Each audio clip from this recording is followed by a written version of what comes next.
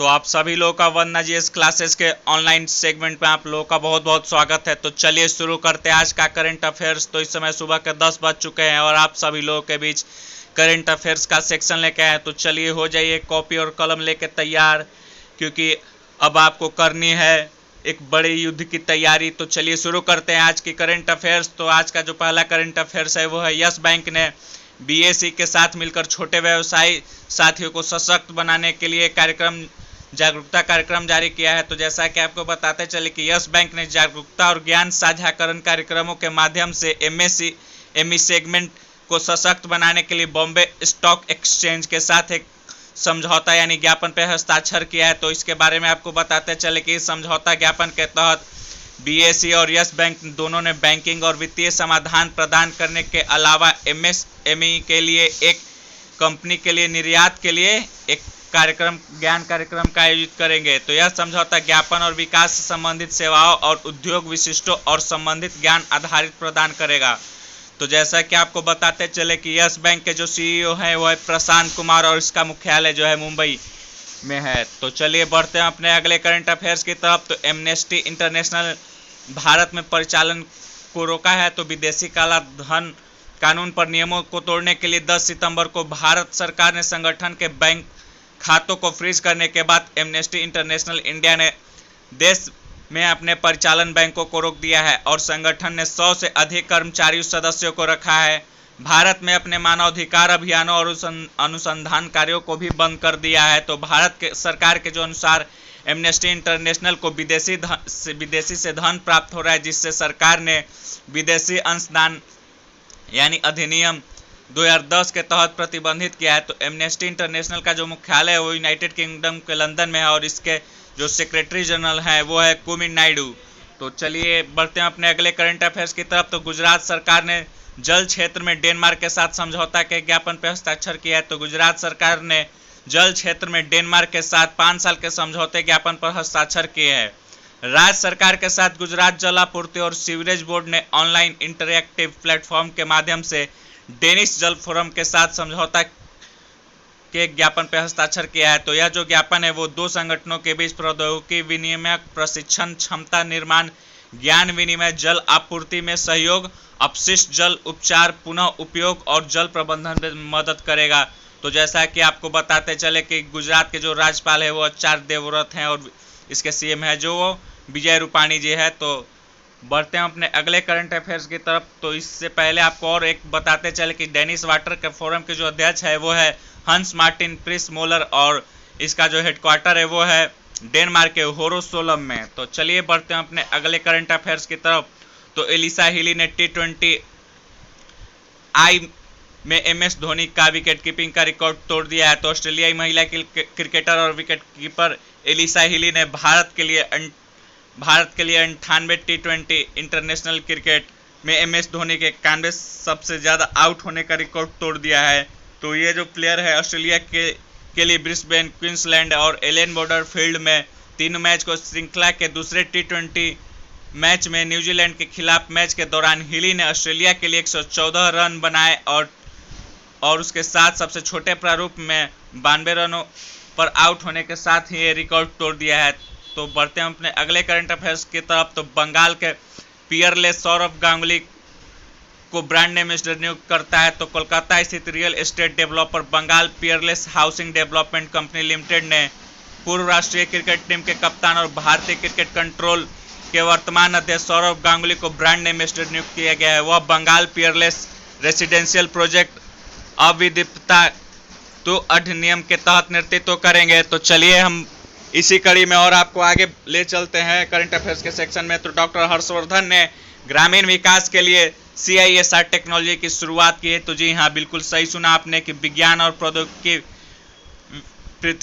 पृथ्वी विज्ञान और स्वास्थ्य और परिवार कल्याण मंत्री डॉक्टर हर्षवर्धन ने वैज्ञानिक और औद्योगिक अनुसंधान परिषद उन्नाव भारत अभियान भारतीय संस्थान की एक संयुक्त पहल के तहत ग्रामीण विकास के लिए CISR टेक्नोलॉजी लॉन्च किया गया। तो प्रौद्योगिकी दिल्ली और विजना भारती के तहत ये लॉन्च किया गया है। तो बढ़ते हैं अपने अगले करंट अफेयर्स की तरफ। तो इंडिया बैंक ने शुरू की ग्रीन टेक पहल। तो आइए आपको इसके बताते हैं कि जो क्या है ये ग्रीन टेक पहल आईबी ई नोट जो है। तो इंडियन बैंक ने कुल कागजी रहित कामकाजी माहौल को सक्षम करने के लिए आईबी ई नोट नाम से एक हरी पहल शुरू की है।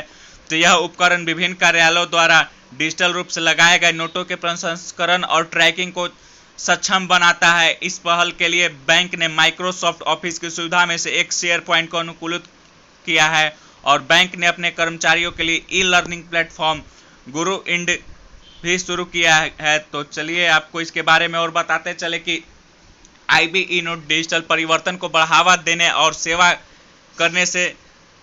करने के लिए एक नए समान ग्राहकों को संबोधित करने के लिए और बैंक की कई पहलों में से एक है। तो जैसा कि आपको बताते चले और कि भारतीय बैंक के एमडी जो है और सीईओ है पदाजा चंदुरु है और इसका मुख्यालय जो है तमिलनाडु यानी चेन्नई में है। तो पढ़ते हैं अपने अगले करंट अफेयर्स की तरफ। तो केंद्रीय मंत्री ने आंध्र प्रदेश में किसानों के लिए विभिन्न सेवाओं का शुभारंभ किया है। तो केंद्रीय रसायन और उर्वरक मंत्री डीवी सदानंद गौड़ा, तो एग्जाम में काफ़ी इंपॉर्टेंट क्वेश्चन हो सकता है आपके लिए, तो इसको आप ध्यान में रखिए कि भारत के केंद्रीय रसायन एवं उर्वरक मंत्री डीवी सदानंद गौड़ा जी हैं। तो इन्होंने आंध्र प्रदेश में किसानों के लिए पीओएस 3.1 सॉफ्टवेयर, एसएमएस गेटवे और फर्टिलाइजर से की होम डिलीवरी की सुविधा शुरू की है। तो आंध्र प्रदेश के मुख्यमंत्री जो है वो है वाईएस जगनमोहन रेड्डी और राज्यपाल जो है वो विश्वभूषण हरिचंदन है। तो चलिए बढ़ते हैं अपने अगले करंट अफेयर्स की तरफ। तो वो एक रेलवे की तरफ से, तो दक्षिण पूर्व रेलवे ने शुरू किया माई ऑपरेशन माई सहेली।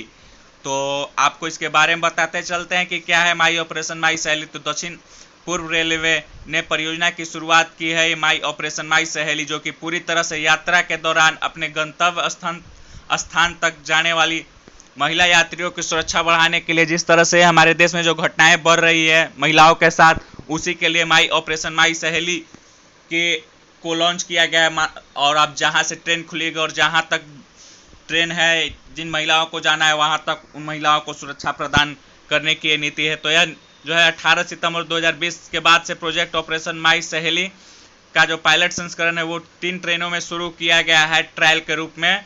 तो जैसा कि आपको बताते चले कि 3 ट्रेनों में शुरू हो चुका है। तो पहला जो ट्रेन है वो है Howrah S1 Duronto special, Howrah Ahmedabad special और हावड़ा मुंबई स्पेशल। तो ऑपरेशन माई सहेली को निर्भया फंड के ढांचे के तहत भी निष्पादित किया गया है और रेलवे के प्रमुख द्वारा कोई अतिरिक्त खर्चा नहीं दिया जाता है। तो बढ़ते हैं अपने अगले करंट अफेयर्स की तरफ। तो महिला उप निरीक्षकों की टीम ने महिला यात्रियों को सुरक्षा सावधानियों के बारे में बताया और आपातकालीन नंबर भी प्रदान किए गए हैं। तो जैसा कि आपको बताते चले इसमें कि टीम जो सीट की संख्या, महिला यात्रियों की संख्या जैसी जानकारी एकत्र करेगी और यात्रा के दौरान भी संपर्क में रहेगी और इच्छित जानकारी को गंतव्य और अनुसूचित ठहराव स्टेशनों तक भी पहुंचाया जाएगा।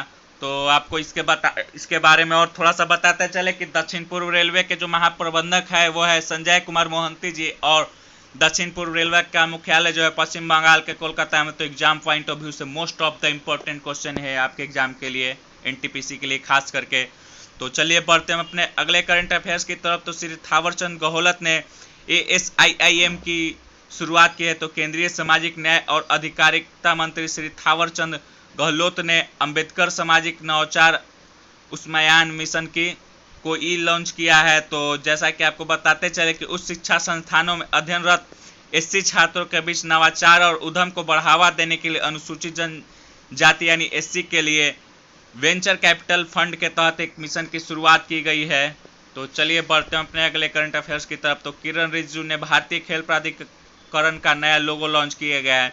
तो युवा मामलों और खेल मंत्री जो है भारत के वो किरण रिजिजू हैं। इन्होंने 30 सितंबर 2020 को दिल्ली में के मेजर ध्यानचंद स्टेडियम में भारतीय खेल प्राधिकरण का नया लोगो लॉन्च किया गया है। तो साई के तहत यानी जो भारतीय खेल प्राधिकरण है वो है नए लोगों को फ्लाइंग फिगर है जो अपने करियर की छलांग लगाने के लिए स्वतंत्रता को दर्शाता है। आकृति में भारतीय तिरंगा और नीला रंग का चक्र है। तो जी हाँ, बिल्कुल सही सुना है आपने। तो चलिए बढ़ते हैं अपने अगले करंट अफेयर्स में, लेकिन उससे पहले आपको इसके बारे में बताते चले कि यह लोगों में देश में खेल में उत्कृष्टता का निर्माण करने के लिए जमीनी स्तर पर खेल की प्रतिभा की पहचान और पोषण के लिए जो है वो काया पलट को दर्शाता है। और साई के जो महानिदेशक यानी साई मतलब इसका sport authority of India full form होगा, तो इसके जो महानिदेशक है वो है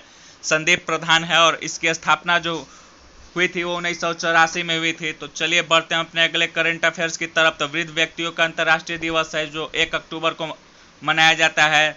तो वृद्ध व्यक्तियों का अंतर्राष्ट्रीय दिवस प्रत्येक वर्ष 1 अक्टूबर को विश्व स्तर पर मनाया जाता है, इस बात को आप ध्यान में रखें। और वर्ष 2020 की संयुक्त राष्ट्र की 75वीं वर्षगांठ और वृद्ध व्यक्तियों के अंतर्राष्ट्रीय दिवस की 30वीं वर्षगांठ का प्रतीक है। तो वृद्ध व्यक्तियों का अंतर्राष्ट्रीय दिवस उन महत्वपूर्ण योगदानों को उजागर यानी बतलाने या बखान करने का अवसर है जो वृद्ध लोग यानी बुजुर्ग लोग जो समाज के लिए करते हैं, और आज की दुनिया में उम्र बढ़ने के साथ अवसर और चुनौतियों के बारे में जागरूक करते हैं। अपनी जो अनुभव है वो हम युवाओं के साथ साझा करते हैं ताकि हम किस तरह से आगे बढ़े, चुनौतियों का सामना कर सके। तो वृद्ध व्यक्तियों का अंतर्राष्ट्रीय दिवस का जो 2020 का थीम था वो है महामारी में क्या वे बदलते हैं कि हम उम्र को कैसे संबोधित करते हैं। तो इसका थीम यही है 2020 का। तो चलिए आज का जो करंट अफेयर्स का सेक्शन है तो यहीं तक है। तो आप तैयार रहिए आगामी एग्जामों के लिए और लगे रहिए, क्योंकि एग्जाम टाइम पे कुछ एग्जाम जो एनटीपीसी के हैं वो टाइम पे होने वाले हैं, और दरोगा का थोड़ा सा डेट आगे बढ़ा दिया है, तो उसके लिए भी आप लोग टेंशन नहीं ले, एग्जाम होना है। थोड़ा सा आप लोग को मौका मिल गया है तो थोड़ा सा आप लोग को रिवीजन का टाइम भी ज़्यादा मिला है, तो ध्यान में रखते हुए आप लोग इसकी तैयारी करते चले, और आप सभी लोग वीडियो को लाइक और शेयर करते चले, और जो भी आपके डाउट्स हो वो कमेंट सेक्शन के माध्यम से हमें पूछ सकते हैं। तो चलिए आप सभी लोग का वंदना जी इस क्लासेज में आने के लिए बहुत बहुत धन्यवाद।